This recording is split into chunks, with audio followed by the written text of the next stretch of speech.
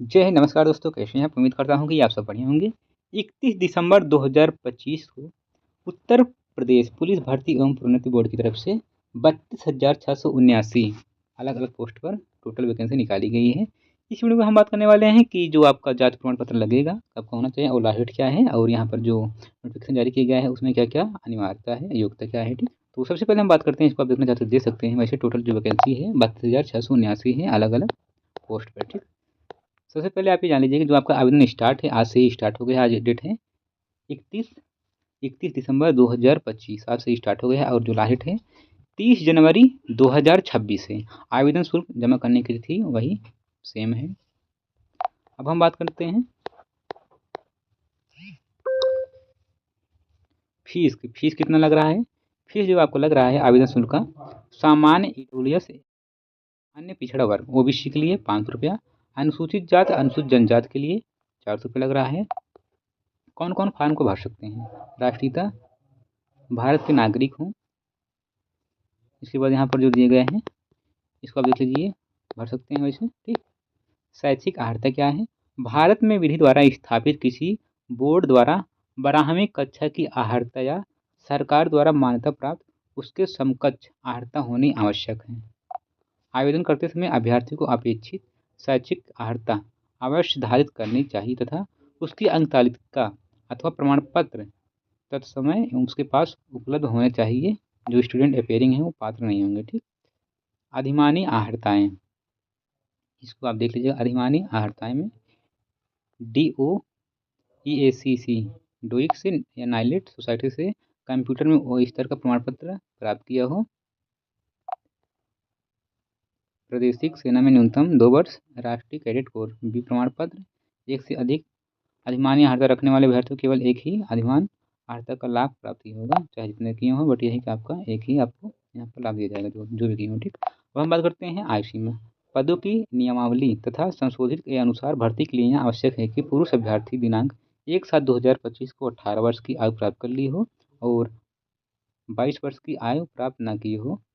22 वर्ष से अधिक नहीं होना चाहिए, अर्थात अभ्यर्थी का जन्म 2 जुलाई 2003 से पूर्व तथा 1 जुलाई 2007 के बाद का नहीं होना चाहिए। और इनका जो छूट दिया जाता है ओबीसी एसटी के लिए वो तो छूट रहेगा ही, तो उनके लिए तो अलग ही रहेगा। ठीक, और महिला के लिए अलग दिया गया। महिला अभ्यर्थी ने दिनांक 1/7/2025 को 18 वर्ष की आयु प्राप्त कर ली हो और 25 वर्ष की आयु प्राप्त न की हो, अर्थात अभ्यर्थी का जन्म 2 जुलाई 2000 तक से पूर्व 1 जुलाई 2007 के बाद का नहीं होना चाहिए। ठीक, परंतु अन्य पिछड़ा वर्ग, अनुसूचित जाति, अनुसूचित जनजाति और ऐसी अन्य श्रेणी के अभ्यर्थी केवल उत्तर प्रदेश के मूल निवासी हैं तो अधिकतम आयु जो सीमा में छूट जो दिया जाता है छूट रहेगा ही। ठीक, छूट यहाँ पर सामान्य ईडब्ल्यूएस के लिए है। यहाँ पर अनुसूचित जात के लिए 2/7/98 से लिया जाएगा 1/7/2007 तक। कब से कब तक यहाँ पर दिए गए हैं। और अनुसूचित जनजाति के लिए यहाँ पर दिया गया है, ओबीसी के लिए यहाँ पर दिए गए हैं। उत्तर प्रदेश राज्य कर्मचारी के अभ्यर्थियों को अधिकतम 5 वर्ष की छूट अनुमान्य है। ठीक, आई होप इसको आप देख लीजिएगा। आई होप यहाँ आप समझ गए होंगे। अब हम बात करते हैं, ये तो हो गया आपका सिलेबस। लिखित परीक्षा के लिए जो सिलेबस रखा गया है इसको आप देख लीजिएगा, स्क्रीनशॉट ले सकते हैं या पीडीएफ अपने नज़दीकी साइबर कैफे से निकलवा सकते हैं। ठीक, अब हम बात करते हैं जो आपका कास्ट सर्टिफिकेट लगेगा, कैटेगरी सर्टिफिकेट लगेगा, कब का होना चाहिए। अब हम बात करते हैं जाति प्रमाण पत्र और ईडब्ल्यूएस कब का आपका बना होना चाहिए। तो सबसे पहले हम बात करते हैं अन्य पिछड़ा वर्ग ओबीसी के लिए।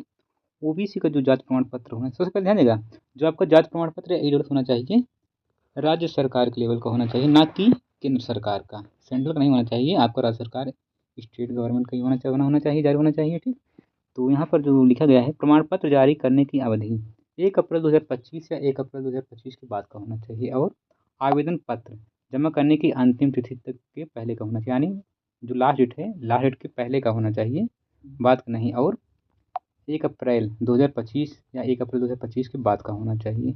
और ईडब्ल्यूएस का भी वही सेम है, 1 अप्रैल 2025 के बाद का होना चाहिए।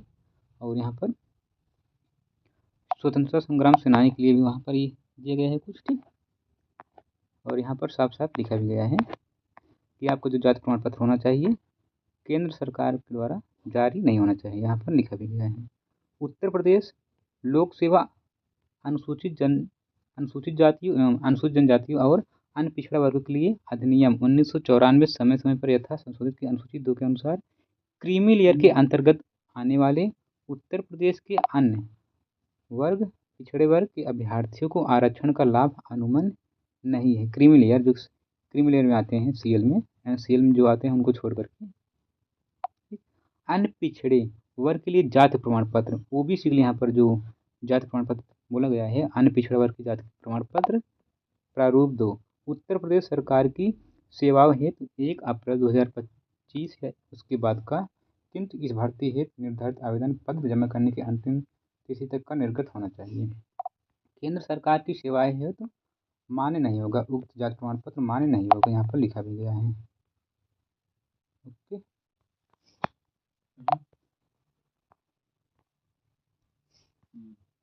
आज के इस वीडियो को पसंद करते हैं। आपको हम मिलते हैं नेक्स्ट वीडियो में। और ध्यान देगा, फॉर्म भरवाते समय क्या क्या डॉक्यूमेंट अपलोड होता है। यदि आपका OTR हुआ है, पहले से आप कोई फॉर्म फिल किए हैं, होमगार्ड या UPPRB ऐसे वगैरह फॉर्म फिल किए हैं, तो आपको OTR हुआ ही होगा। तो जो आपका डॉक्यूमेंट अपलोड होगा, हाई स्कूल का मार्कशीट और सर्टिफिकेट अलग अलग है, तो दोनों आपको लेकर जाना होगा, ठीक। और इंटर का आपका अपलोड होगा, निवास प्रमाण पत्र अपलोड होगा, जाति प्रमाण पत्र अपलोड होगा, ठीक। और यदि आप NCC वगैरह की रहते हैं तो वहाँ पर जो देखिए पूछेगा, वैसे हम इसका अलग से वीडियो बना देंगे, उसका फॉर्म कैसे भरेंगे तो आप देख सकते हैं, ठीक। आज के इस वीडियो को एंड करते हैं। आपको हम मिलते हैं नेक्स्ट वीडियो में एक नए कंटेंट के साथ। जय हिंद, वंदे मातरम।